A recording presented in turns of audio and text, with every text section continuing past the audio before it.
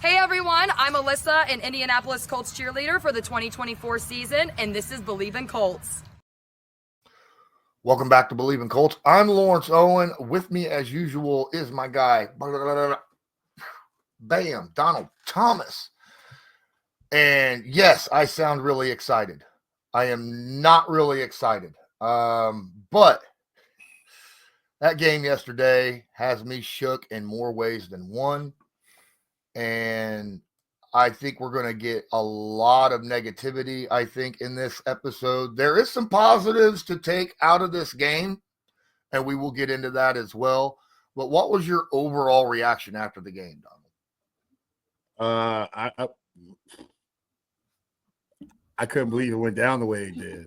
You know, like, if you told me during the season or how the season progressed, like, that they were going to lose 13-31 to the Broncos, I would have told you that was one of the away games that I felt really confident about, us going in and getting a W. No matter what their record was at the time, you know, I just thought this was going to be one of those games where the Colts showed up, like how they show up when they play better teams, and, you know, just kind of, you know, shock them, and the scores should have been reversed. That's what my initial guess would have been, because I feel like there still was a lot to play for. And so I was very surprised. Like the first opening drive, I was like, oh, here we go. You know, like, Colts looking good, Anthony Richardson running the football, doing what he's comfortable doing. And then it just was like mishap after mishap after mishap, and turnovers, and, you know, just play calling, and, you know, all the above. And it just effort. And, you know, just after a while, the white flag, I felt like, got raised, and it just was, all right, I'm turning this off. I didn't have the opportunity to turn the game off. I was doing a live stream, and I wasn't going to do that to the people that were in my chat complaining as well, you know. So, but before we get into the game, I got to remind everybody that BetOnline continues to be the world's most trusted betting platform and your number one source for online betting. From the earliest odds to in-game live betting, BetOnline provides you with all the action and ability to watch games as they happen. With the largest selection of odds from everything from football, NBA, college basketball, NHL, and UFC. Head to BetOnline today, and don't forget to use promo code BELIEVE, that's BLEAV, for your welcome bonus on your first deposit. BetOnline, the game starts here. We're going to jump straight into it, all right? Because right now, the going idea amongst Colts fans was Jonathan Taylor lost the game.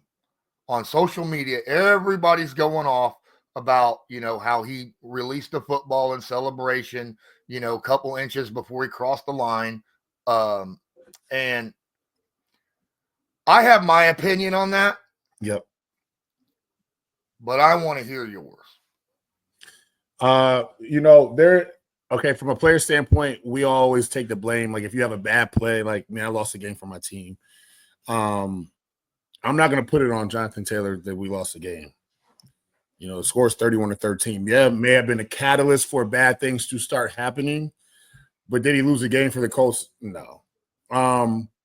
Should he have held on to the football? 100%, right? Should he, you know, he's scored 1 million touchdowns already. Like, you shouldn't be, you know, celebrating prematurely a little bit. You know, those things happen, man. These guys we're human, and we make mistakes, and granted, you know, you wish they didn't happen, but I'm not going to say that he lost the football game for the Colts. I mean, you can point the finger at so many different plays and pick out individuals for certain, you know, mishaps or what have you, tackling, you know, ball, like throws, catching, all the above, right? Drop, whatever it is. So it just was a series of mishaps in my opinion, and some play calling too was suspect, that caused this to happen, right? Like, I think these guys came out, and I think these guys truly wanted to win this football game. I wholeheartedly mean that, just by the way they came out firing. I thought the defense was playing well in the beginning of the game. You know, Zaire with that pick, I thought guys are in places they should have been. I thought they knew the game plan well. They just started getting out executed and outworked as the game wore on. My opinion on the whole Jonathan Taylor situation, yes, it was an egregious mistake. I get that. I understand that changed the entire complexity of the game. The Colts were up by 6. It was 13-7 when he did that. All right. It could have been 20-7, 2 scores, right? 2-score lead. But this was in the third quarter. Okay. This was like 12 and a half minutes left in the third quarter. Yeah. Early. Yeah. They gave the ball away. I get it. They still had a 6-point lead. The other team had the ball at the 20 because of the touchback. Mm-hmm. Now, I get a little bit of momentum shift, but you still had, 47 minutes of, or 27 minutes of game to play, right? On field game to play. No, I can't put that on them. I think at that point, the defense was playing fantastic. Okay. They gave up less than 200 total yards. And in my opinion, they at max was responsible for maybe 13 points in this game. You got pick sixes all left and right and all kinds of different stuff. Look, Jonathan Taylor was the reason why we were even in this game in the first place. Right. He's the only guy on that offense that played a good game. Right. When it comes to, your skill players, quarterbacks, wide receivers, running backs, tight ends, he had a great game, almost 5 yards a carry, busted that big one. Yes, he did the stupid, but I can't put the game on him. And by any means, I get that it changes the complexity of the game, but you don't know how this team would have reacted with a 2-score lead. How many times have we seen 2-score leads completely and utterly squandered by this team, right? You don't know. So, yes, bad play. Was the whole game on him? Absolutely freaking not. Yeah, that is the – everybody looks for a finger or the scapegoat, right? Everybody wants to point the finger at one guy. Oh, it's his fault. Yeah, okay, it might be his fault because he's the guy. He's the superstar. He's the highest paid guy, blah, blah, blah, blah. You can't make those mistakes. I get it. We all get it, right? And you look for that guy to be the guy that is going to right the ship when things are going the wrong way, right? So, yeah, they didn't score after that, right? It was all downhill from there, right? It was just kind of like I think Shane started trying to go into his bag of tricks. That didn't work. Clearly didn't work. Trying to force the ball downfield. I think, guys are frustrated. You don't play as well when you're frustrated, especially on the offense. It's just a series of events, a series of things where, it's so hard to put your finger on one thing, but it just seems like, Jonathan, you can't make that mistake, period, right? I fully don't expect him to ever do anything stupid like that again, especially that. No, thing, right? That'll never I expect him to hold on to that ball all the way out the back of the end zone. Yeah, like if I'm him next game, like when I score a touchdown, I'm like running through the end zone into the tunnel and coming back out the other side. So, right. Crazy like that. Because I really thought that he crossed the line. Like I'm watching him I think he – and they see that. I said, wow, okay, that's crazy, but – you can't drop the football either, right? You can't leave it in the hands of the refs. I say that all the time. So, yeah, it was that. It was the picks, right? Like we can look at that. We can look at, some errant throws, fumbles, after a catch, all these things, right? Lack of pressure on the quarterback on defense, right? Like tackling again, mishaps, in the secondary, like all these things. It just was like, come on, man. So I want to discuss that that trick play that you were talking about, the one that we had seen in the previous place. Now, I went over that play probably 5 times, and that throw was open. When he threw that football, Benito wasn't anywhere in sight. Benito made an amazing play on that ball. An amazing play. He was in front of the offensive lineman. Should the play call have been made, in my opinion, is the question that we should be asking, because the throw itself was there if you're looking at it from his point of view. The throw was there. My thing is this. All right, you're trying to shake it up. You're trying to get back in the game. You're trying to do something, get a quick score, get the secondary to think it's screen, whatever, right?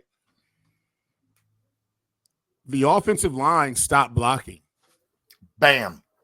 Yep. The offensive line stopped blocking. So when they stopped blocking him for a second, he's looking like, wait.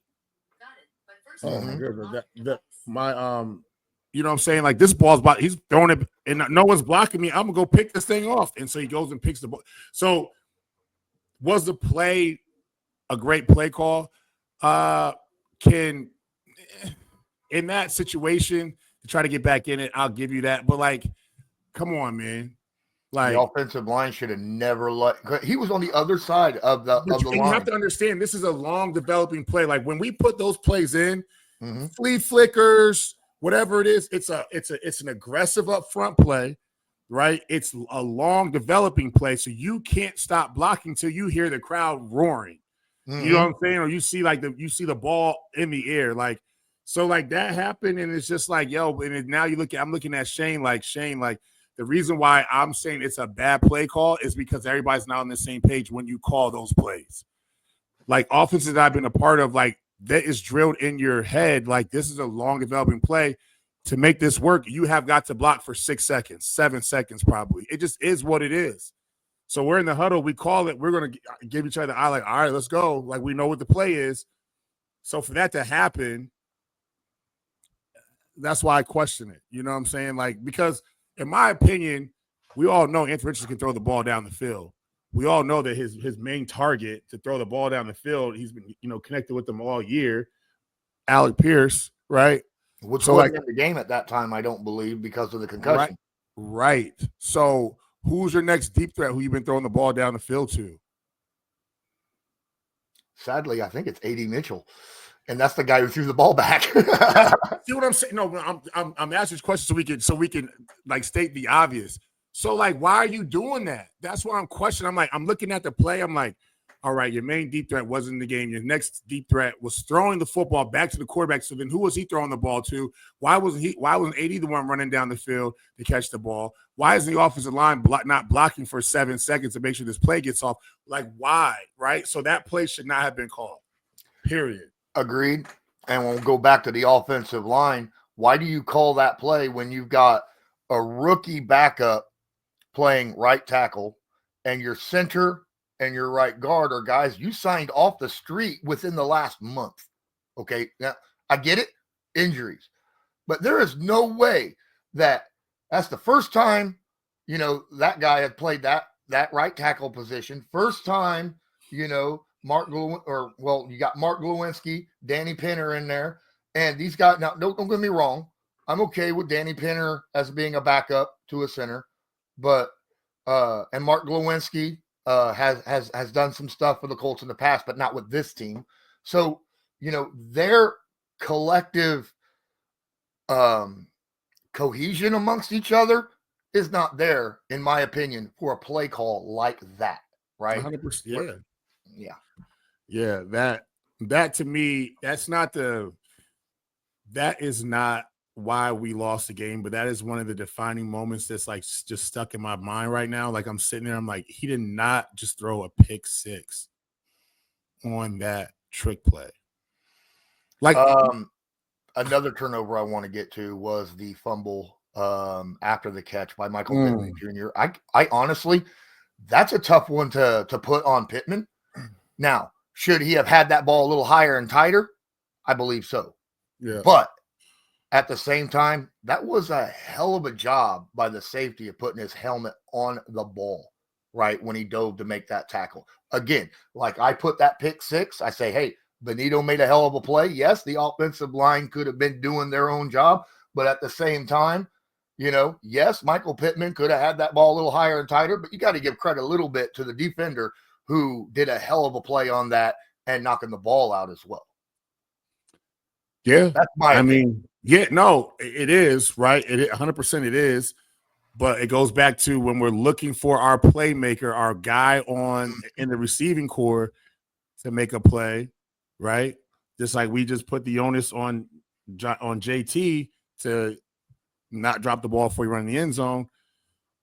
I know things happen, But when your number's called, when the lights are on, when you're the guy, you got to make a play, right? Like, so, like, how does that look, or how does that like? Let's really look at the psyche of the Colts right now as we uncover these layers, right?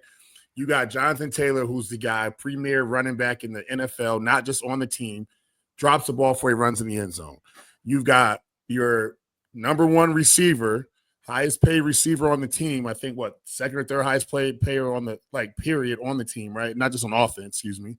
Fumbling the football, turnover, right? Like, you got your quarterback. He's one of the last guys. I've been purposely leaving him behind. I know. Yeah. No. So I won't even. But think about, right. So then on defense, you got guys missing tackles. So it's a trickle down. It's cancerous. It's spreading, and it's a mental psyche. Like, if they can't do it, if they not making plays, right? If they are dropping the football, turning the ball over, all this, like there's no hope. There's no hope because guys play to their ceiling, right? And some guys ceiling and some guys floors, right? So where you fall short of, I'm the superstar guy to pick it up, right? You can't get that block right. I'm going to still create a hole and run through this, or you get that ball's a little underthrown, I'm going to come back and make a play because I'm just that good that guy that's supposed to come back and make the play or hit that hole like he's supposed to or create something out of nothing, he's not doing it. So the guys that are supposed to be filling in or stepping up, they ain't even coming close to it. So now it's just like it's defeated mentality to where it's like, we just got to get through this game. Let's just slow the bleeding down as much as we can. We can't stop it. Let's just try to slow it down. And it's rough. Yep. We're talking about miscues. I'm going to jump off the offense for a reason that I already spoke of about 5 minutes ago, because I want to get to another thing that I want to bitch and complain about. And that's the special teams punt return unit. Oh, my goodness. Oh, wow. That unit is, that is the worst. I swear, it looked like I thought he was going to return for a touchdown two different times. And scary, I'm like, man. What in the world? Now, it looked like Sanchez might have outkicked the coverage a couple times, right? But there was another opportunity where the dude fair catch. He had room to run. He was pissed that he didn't that he did the fair catch, and he didn't do it again after that because he was like, screw it, these guys ain't covering nobody, know. Special teams is like the forgotten, well, not the forgotten, but like the kind of sometimes overlooked, just side of the football. And it's scary when you put a unit out there and they're not getting it done, or like they're like you don't have 100% faith in them to. Boy, here's the deal. That kills you. Like it literally kills the momentum that you have at any point in the time, at any point when you go out there and you're trying to set them back and they're just getting huge chunks, right? And now they got a short field. What do you expect them to do? Those are scores, guys. Those are scores. Whether it's 3 points or 7, those are going to be, you put them past the 50, like, what do we, hey, look, we run the ball a couple times, at least we're going to get us 3 points. Mm-hmm. It just seems like, to me, I hate to say it, but it seems like some Cancun trips are getting planned. One more thing before we get to Anthony Richardson is the play calling. Yep. There is one specific play call decision that I had serious qualms with. And that was 12 and a half minutes left in the fourth quarter, down by, I think, 9. It was like 2 scores, like, a touchdown and a field goal, I think, would have put the Colts back in the lead. Still 12 minutes left, had all your timeouts. Mm-hmm. You're around your own 40 or something like that, 4th down and 6. Defense has been playing lights out pretty much the entire game, right? And you go for it. Why would you do that? And that's the play, obviously, that, ends up pick 6. I was screaming, punt the stupid ball, pin them in, inside the 10, because he ain't out kicking the coverage at that point. Worst case scenario, it goes in the end zone. They get the ball at the 20, right? I'm thinking, man, we're only down 2 scores. We're still within reach. We don't have to go for it in that situation. Why are we doing so? Because this is when sometimes you have the disconnect, right, from who you really are as a team and what your coach thinks you really are as a team. Right. So, like, as a coach like Shane, I feel like he feels like, in a sense, like he's lost these guys.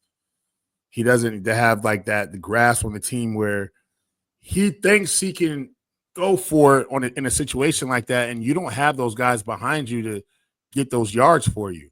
Right. So, like, you think if I go for it, we set the tone. I'm going to get these guys riled up. We're going to come back. Nah, bro. Like, that ship has sailed. It's been gone for weeks. And so, like, when a coach like Dan Campbell does that, you're like, okay, because he's in tune with his players. Now, does it work every time? No, because the analytics say that there's going to be times like where there's a percentage where it's not going to work. But in the Colts perspective, or in reality for the Colts, like, the percentages are off. They're skewed. Like, if it says you're going to get it 33% of the time, right, on 4th down, like, ours might be 24% of the time right now, just because you don't have everyone on the same page, in my opinion. So I think Shane is not in tune with this team. He thinks that he can get them going by going for it in certain situations, but in reality, you got to lick your wounds, brother, and punt the football. Like, it's just that simple, because you don't have these guys. You don't have the locker room. It's too late in the season. Now, I'm really interested to see how you call the rest of the year. With the playoff chances have dropped drastically. Yeah. Like, do you really have these guys? You better hope and pray that you get into their minds. Like, you guys are playing for jobs at this point. Like, it ain't for whatever. Like, we're evaluating you. Some of you guys are still under contract. Like, you're playing for jobs for next year. Like, you're not playing you're not going to say screw it. We're going to finish this thing together, like how we started together, because I believe in you guys. Hopefully you guys see that. But at the end of the day, like, it's a fine chemistry you got to figure out, like, with how to get guys behind you and for them to trust you as well. Like, you know what I'm saying? So, the 4th down calls I think they're full of hot air. He went for it once earlier in the game, and I agreed with that. We ended up getting a field goal out of it because we did it. And at that time, at that situation, and we were at our own, or we were in their side of the field. Right. And it was still in the first half, and, momentum was on our side and all of this. And that was a good call. At that point, it wasn't. You needed a clean slate. You should have punted the football. That's just my thought. Right. It's time to get to AR. All right. I get the offensive line did not play well. I get there was pressure on him quite a bit. There's a few times. There was a time when I swear he was sacked for a safety, no questions asked. Yep. Somehow he got out of that and was able to get away. He, in the pocket, avoiding sacks and stuff, does a fantastic job because just his physical prowess. But that's the only good thing I can say about what AR did on yesterday on the game. That's the only thing I can say he did well in that whole game. All right. He ran the ball okay. All right. But what about, his accurate? Let's see here. At the point that Jonathan Taylor fumbled that football, he had a 30% completion percentage for about 60 yards and no touchdowns and an interception. He ended up the day legitimately. What's sad, he had 172 yards, right, on almost 50% completions and two interceptions, no touchdowns. That doesn't even speak, because I'm going to tell you, over half of those yards and almost half of those completions, over half of those completions came in garbage time with less than 4 minutes left in the game. All right. Because Denver's like, well, shit, we're up 3 scores now. We're going to play soft zone and not let them take the big shots and stuff like that. We talk about that all the time, about garbage time and garbage stats. And that's where Anthony Richardson, and even with the garbage stats, it still looks bad because he was making bad decisions. He was utterly inaccurate 90% of his throws. I mean, it was just awful. He didn't look ever comfortable. And some of that goes to the offensive line. I get that. I understand that. But he's supposed to be the leader of the team. He's the guy that's supposed to keep a cool and collected head. He's the guy that has to put the team on his back. He played way too much hero ball in this game. There was a few times where I was like clapping, golf clap. Hey, threw it away. Good for you, But there was other times when he made that interception that he threw down the sideline, where he lofted it off on the right side. That receiver was wide open. And I get it. He was under pressure. Either don't make that throw it away, or try to avoid the sack instead. Don't just loft the ball up there so the defense can come up and get it. AR had maybe, in my opinion, his worst game of the year yesterday. Well, here's the thing.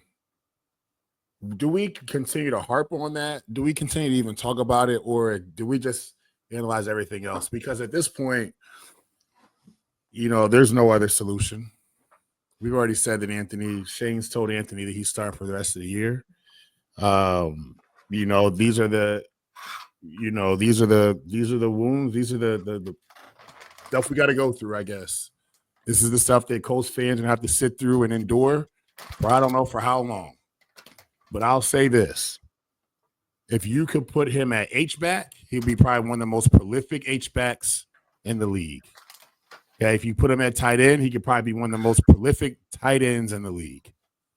Okay, there's a place for Anthony Richardson on the football field. Oh, yeah. Sometimes it's just not at quarterback. And I'm just being for real, like he's that talented, he's that gifted of an athlete where he can be successful playing somewhere else, like a Terrell Pryor example, right? Like people forgot that he was still in the league. He wasn't playing quarterback though, right? Like, so like when we look who was that quarterback that played for the Steelers back in the day and then ended up going to wide receiver and actually was pretty damn good at wide receiver? Is this like before my time? It wasn't that. I think it was maybe just before. I think you might have been in college when he was playing that. It was during the Manning era. But what I'm saying is this, is we have to deal with this right now. And the only thing to do now is just leave him in for the rest of the year, let the chips fall where they may, and just reassess for next year. But I'm not about to sit here and go over this because every episode I've been saying what I've been saying, and it hasn't gotten any better. And I know I've been saying before I said leave Flacco in. Clearly, I was wrong on that, Colts fans. I'll admit it. That experiment, I think Flacco hit his wall, just like all the old quarterbacks have done in the past, 5 years when they've come to Indianapolis.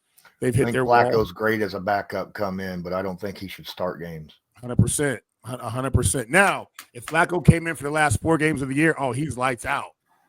He's a spring chicken out there. But when he had to go in so early in the season, then the onus was on him again, to be the guy. I think that he just that he's past his time. So, listen, Anthony was the Anthony yesterday, and it didn't look good. And so I really feel bad for him, to be honest with you. I really do. I think there's going to be a lot of reassessment here after the season comes. But listen, 172 yards. We know a lot of them were chunk plays, like you said, at the end of the game.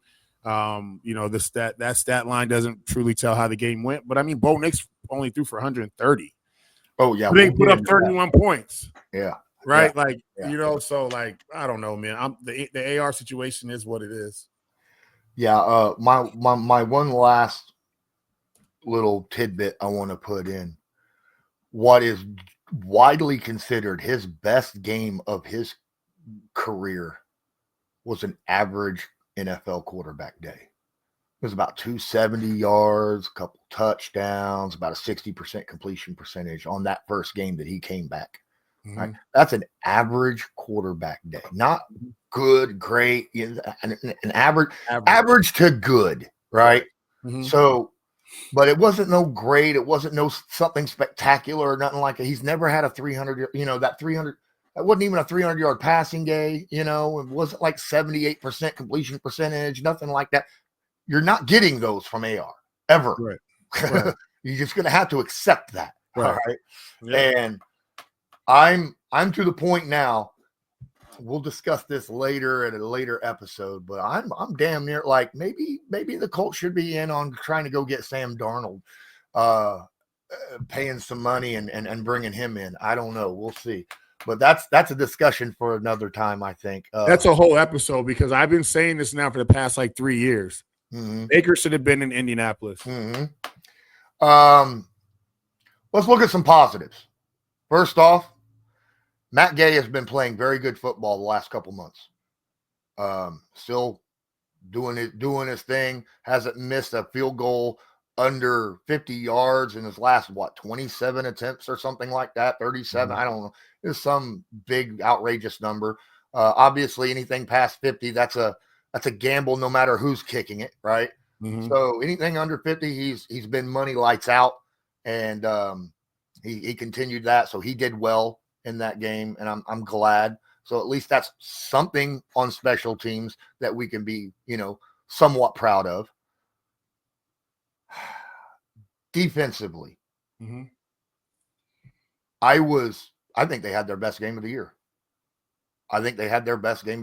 How do you give up a guy? Okay, so no, they really did. Like, you don't have to explain it. You really don't. But I know you want to, but you really don't. Like, when you look at it from a like statistics standpoint, like, you should be winning a game where you only give up 130 yards in the air and 72 yards on the ground. In the NFL, that is a winning football defensive performance. And get 100%. Yes, and 3 turnovers. Interceptions at that. Mm-hmm. Like, you know what I mean? Like, so what's the problem? Do you see what I'm saying? Like that is winning football. That is like, if I'm on the defense and I give an effort like that, like, and the result is what it was yesterday, like, man, I'm in a bad spot mentally. I mean, they gave up less than 3 yards a carry as a team. That's winning football. Winning football. Outstanding. Football. Bo Nix, less than 60% completion percentage. It was like 57, which is good football, right? Mm-hmm. 3 interceptions, got sacks, got pressures. They got stops. They got 3 and outs. They were put, and the thing, they did all of this putting in bad spots the entire game by the offense. Mm-hmm. Like, yes, I get it. The Broncos scored 31 points. Maybe 13 of that is on the defense, right? The rest of it was I'd put on offense and special teams, because the offense, all the turnovers, all the bad plays, all the, everything that happened, constantly happened. The punt, they had the only meaningful drive they had the entire game offensively. They had 2. They had the very first one that they opened the game up with. Yep. And then the drive that ended up with Taylor, doing what he did. Those were the only 2 meaningful drives in the entire game for this Indianapolis Colts offense. They put this defense in a bad, bad spot. I want to shout out, first off, Zaire played a hell of a game. DeForest Buckner had a hell of a game. Yep. Womack had a hell of a game. Cross had a hell of a game. Say his name. Just say it. Say his name. The next thing you say, you better shout him out a little bit. You led the team in tackles. Just say his name, Lawrence. EJ Speed had a really good game. Yes.